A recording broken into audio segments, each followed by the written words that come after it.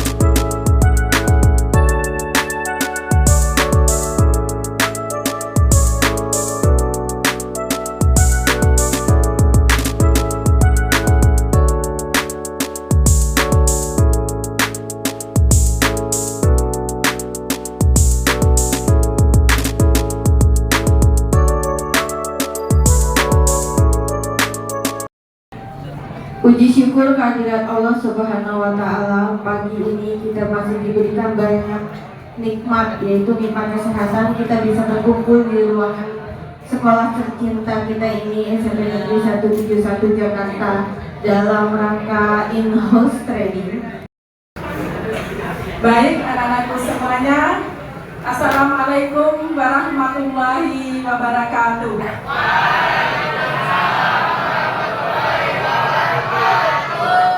Biar semangat. Selamat pagi. Pagi. Ayo dong, kepalkan tangannya. Selamat pagi. Pagi. Oke, anak-anak hebat. Yang kami hormati Ibu Retno Distiarti MSI, yang kami hormati teman-teman semuanya, dan anak-anakku yang membanggakan. Ayo, tadi ada berapa yang ngeledek nih? 2, 1. Jadi udah hafal kan?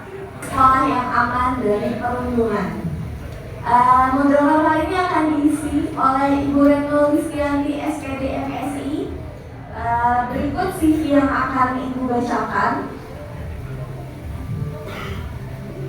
Ibu Retno Distiarti berprofesi sebagai guru pada tahun 1994 sampai dengan tahun 2013. Beliau juga menjadi kepala sekolah pada tahun 2013 sampai dengan 2015.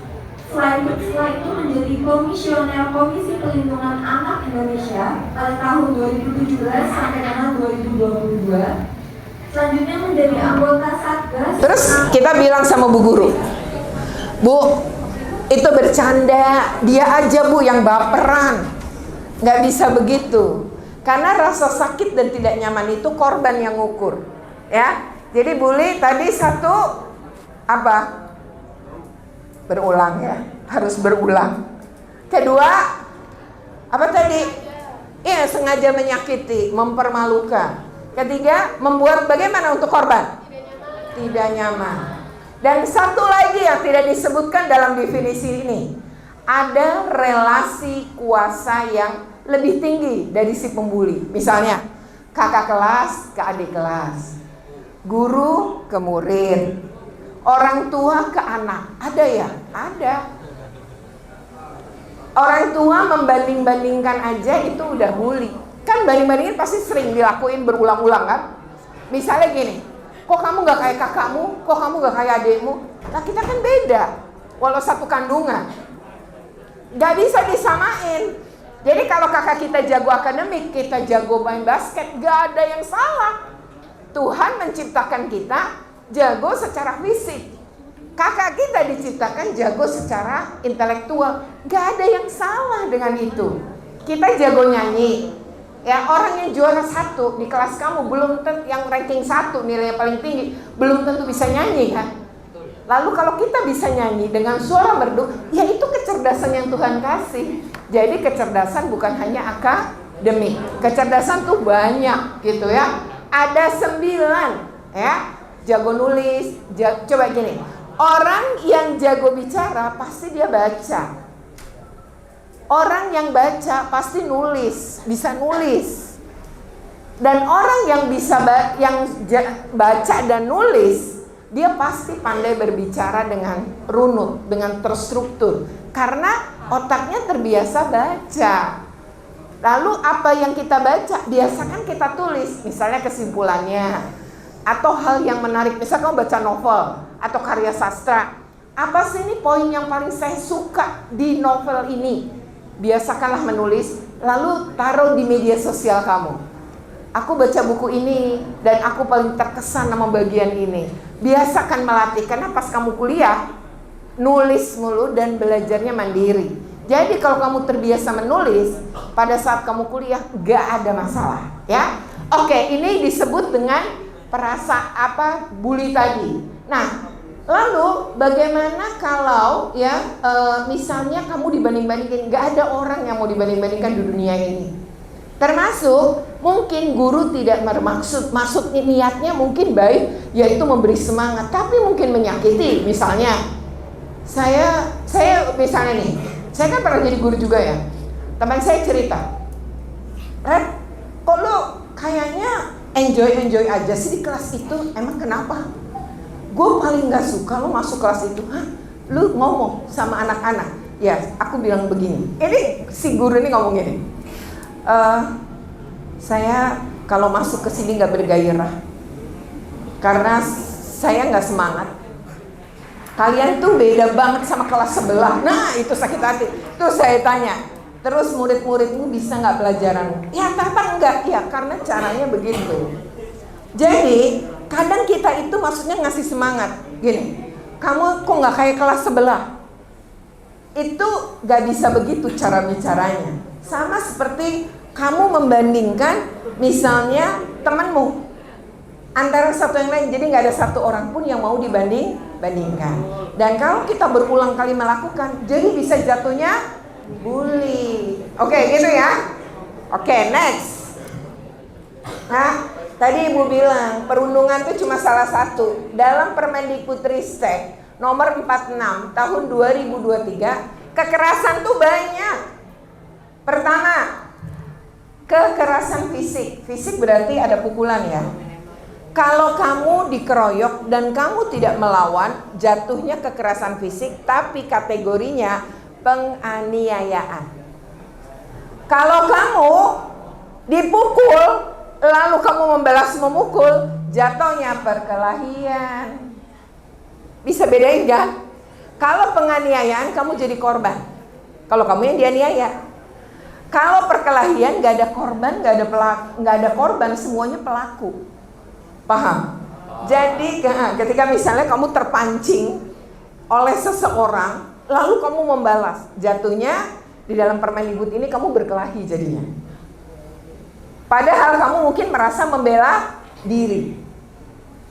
Tapi lebih baik dia lapor ke guru atau tim PPK, tim pencegahan penanganan kekerasan di satuan pendidikan. Permendikbud ini mengharuskan ada tim PPK di setiap sekolah. Kamu bisa ngadu ke situ. Jatuhnya kamu jadi korban. Tapi kalau kamu melawan, dua-duanya jadi hitungannya berkelahi. Paham ya? Oke, lalu perundungan yang tadi sudah kita bahas. Yang ketiga, kekerasan seksual. Emang ada ya kekerasan seksual di sekolah? Ada. Dilakukan oleh siapa? Ada sesama teman, ada guru kepada murid. Itu banyak sekali kasus. Nah, mari kita lihat. memang harus ngelakuin yang bersentuhan, enggak. Jadi kayak guru di Depok itu yang beritanya sedang hangat, dia itu mengirim kata-kata yang bersifat seperti sexting, jadi lebih mengarah kepada pornografi.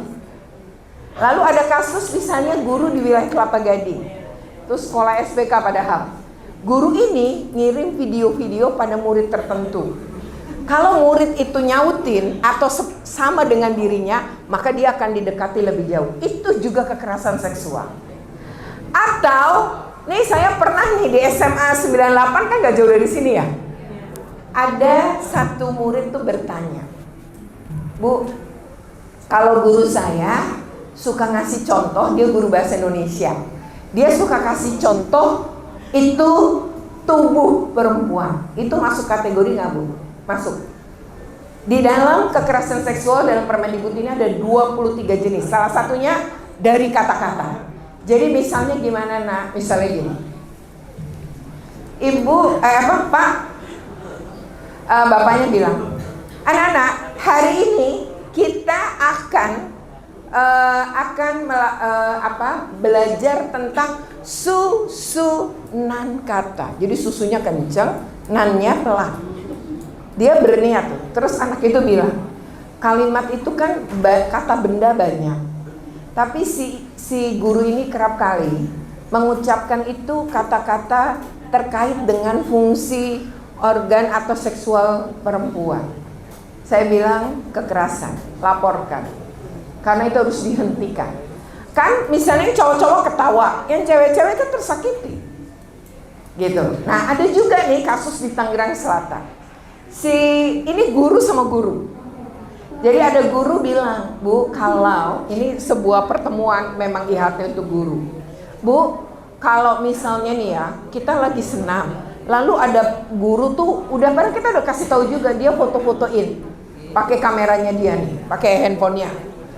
Tapi ngarahnya tuh gini Bu, misalnya kalau orang lagi lari, perempuan misalnya ya, kan nanti tuh dadanya goyang tuh. Nah sama dia di videoin, terus dikirim ke grup. Itu kan mempermalukan jatuhnya. Itu kekerasan. Bahkan nih ya, kalau ada anak kamu nih ada anak perempuan lewat, terus nih cowok-cowok, sweet, cantik, godain kita dong gitu. Dia nggak nerima, dia bisa lapor. Itu juga bagian dari salah satu kekerasan seksual. Jadi hati-hati. Paham ya? Oke. Jadi ada 3 ya. Berikutnya ini ada 4 ya. Berikutnya adalah diskriminasi dan intoleransi. Membedakan diskriminasi ya atas dasar bisa ekonomi. Ini kalau bullying nggak kalau sama-sama kelas 7 atau sama-sama kelas 8? Dilihat dulu apakah secara sosial ekonomi si pembuli lebih tinggi dari si korban, atau jangan-jangan korban ini adalah anak berkebutuhan khusus. Bisa juga. Saya pernah menangani kasus. Jadi ini anak berkebutuhan khusus. Anak ini sebenarnya autis tapi ringan. Dia sering benar dikerjain sama satu anak yang tidak berkebutuhan khusus. Teman sekelasnya tahu dan suka bilang gini, udah kasihan udah gitu. Tapi si anak ini tuh diam aja, berkebutuhan khusus tuh diam aja, nggak pernah ngelawan. Si anak yang pembuli ini penasaran, apa sih yang bikin dia bisa marah? Jadi dia pengen marah, anak ini kepancing marah. Ternyata dia dapat info, anak itu paling marah kalau dipanggil nama bapaknya. Besoknya dia bawa spidol yang gede banget, kamu tahu ya, spidol yang besar, bukan spidol whiteboard biasa tuh yang gede. Nah, pas jam istirahat siang, makan, itu ada soal dari makan, itu biasanya anak ini tuh makan, anak yang berkebutuhan khusus ini. Jadi dia lagi makan di kelas, terus si anak yang pembuli ini nulis di whiteboard depan nama lengkap si bapak. Ini anak belum tahu kan dia asik makan. Setelah selesai ditulis, dia langsung manggil nama, nunjukin. Anak ini marah banget. Dia berdiri, lalu dia marah mendorong anak yang membuli dia ini. Padahal dia belum pernah marah. Kali itu dia marah. Nah, anak-anak berkebutuhan khusus tuh kalau lagi punya marah itu dia bisa energi besar. Ngedorong, kelempar tuh anak, terus kelas itu tuh kebetulan ada ujungnya itu loh. Jadi kayak tembok kan suka ada ujung ini nih. Anak itu kelempar kena pelipisnya berdarah. Lalu yang kesiar apa? Yang itu mukul. Padahal dia mukul ada penyebab kan. Tapi orang tua yang anaknya pelipisnya berdarah ini, yang si pembuli ini menghasut para orang tua tuh anak dikeluarin aja, kalau nggak dikeluarin yang lain jadi korban. Padahal kan nggak gitu. Nah, penanganan kemudian ada kekeliruan. Anak ini mau dikeluarkan. Lalu orang tua anak ini melapor ke pemerintah. Nah, disitulah kemudian diurai lah. Ini kan ada saksi-saksi. Kenapa saksi-saksi nggak diperiksa? Dan sekarang di Permendikbud ini nggak model pelaku, korban, terus saksi semua dikumpulin jadi satu nyelesain masalah tuh nggak boleh. Tidak ada konfrontasi, yang ada adalah diperiksa satu persatu. Kalau saksi ada 5-limanya diperiksa satu persatu agar keterangan menjadi jelas. Jadi kalau korban bilang A, tapi pelaku bilang B, maka harus minta keterangan saksi. Kalau saksi saksinya itu kalau bisa ganjil, misalnya 3. Lalu kalau 1 ya udah, kalau memang ada saksinya cuma 1. Tapi kalau banyak setidaknya diperiksa secara ganjil. Nah, kalau si saksi lebih mengatakan kebenarannya adalah pada korban, maka kita harus nyimpulin yang salah siapa. Nanti disimpulkan. Jadi udah nggak ada lagi periksa itu dikonfrontasi. Kenapa? Karena para pelaku jadi janjian. Atau bermain gini, dia ngomong apa dulu ya, nanti gue nambahin. Jadi kebohongan diciptakan dan tidak sesungguhnya. Lalu saksi gimana? Takut dong. Saksi nggak akan mengatakan yang sebenarnya, kan gitu. Nah, apa korban lebih takut lagi. Bisa berikutnya dia akan jadi korban yang lebih parah lagi. Hanya si para pelaku akan mencari cara aman buat dirinya, tapi si korban terus dilukai perasaannya, dilukai fisiknya. Nah, ini bahaya banget ya. Jadi tukang ngadu, awas lo nanti. Kan bisa kayak gitu. Lalu kalau keterangan saksi ternyata sendiri yang menjalani hidup kamu. Jadi kamu harus punya 5 tahun ke depan kamu mau jadi apa? 5 tahun ke depan saya akan apa? Saya kelak mau jadi apa tuh udah harus dibangun. Berikutnya hubungan mengagumi guru atau orang dewasa lain daripada orang tua sendiri dan mempunyai idola. Kamu kayak gini nggak? Ngagum, punya idola, idolanya yang baik ya. Nah, membawa kebaikan. Nah, ini kamu sehat nih mentalmu. Ketiga, hubungan dengan teman sebaya semakin kuat, bermakna, lebih memilih teman dari jenis kelamin yang sama, betul kan? Cowok sama cowok, cewek sama cewek kan? Nah, kalau gitu ya udah kamu berarti juga kategori sehat mental. Berikutnya, cenderung memegang prinsip aturan dan keadilan yang harus dipegang bersama. Jadi kamu suka gini, ya kok kayak gitu, lah kok nggak sama, kok nggak adil. Kamu suka ngomong gitu ya, berarti kamu mengerti, otak kamu tahu mana yang adil, mana yang enggak. Ya, berikutnya menuntaskan tugas atau kegiatan dan memiliki karya. Kasih tugas sekolah dikerjakan, apapun nggak ada penundaan, nggak males-malesan, diselesain. Kamu sehat mental. Orang yang suka menunda-nunda itu umumnya punya masalah kesehatan mental loh. Berikutnya, tertarik mencoba berbagai kegiatan baru. Jangan itu aja, tapi temennya ngajak. Mau main padel nggak? Susah nggak? Ayo, apa hal baru yang positif kamu mau? Itu namanya kamu sehat mental. Kamu sudah memenuhi ini belum? Nah, kalau sudah atau ada 1 atau 2 nggak apa-apa yang nggak ada di diri kamu. Ya, tapi jangan sampai semua nggak ada. Nah, itu hati-hati. Oke ya. Jadi demikian dan saya ingin menutup paparan saya dengan mengingatkan kepada kalian semua bahwa 1, pilihlah teman yang tepat. 2, jika kamu punya masalah kesehatan mental, segera cari bantuan ke profesional. Kalau kamu sekarang sedang tidak baik-baik saja nggak apa-apa, tapi perasaan sakit di diri kamu harus dikeluarkan. Oke ya, demikian video ini ya. kegiatan di SMP Negeri 171 Jakarta. Semoga ini bermanfaat. Jika bermanfaat, jangan lupa untuk di like, share, comment, and subscribe. Bagi yang belum subscribe untuk terus terupdate dengan video pendidikan anak dan kulineran. Terima kasih. Wassalamualaikum. Waalaikumsalam.